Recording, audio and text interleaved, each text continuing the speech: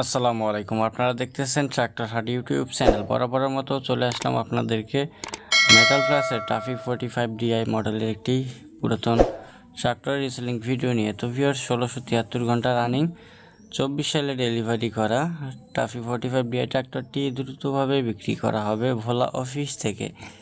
যারা সীমিত বাজেটের ভিতরে টাফি 45 ধরা গাড়ি কিনতে চাচ্ছেন তারা কিন্তু যোগাযোগ করতে পারেন ভিউয়ার্স তাদের সাথে। গাড়িটি বর্তমান রয়েছে ভোলা অফিসে। যদি আপনাদের কারো পছন্দ হয় গাড়িটি, সেক্ষেত্রে আপনারা যোগাযোগ করতে পারেন। কন্ডিশন ফুল ফ্রেশ অবস্থায় রয়েছে ভিউয়ার্স।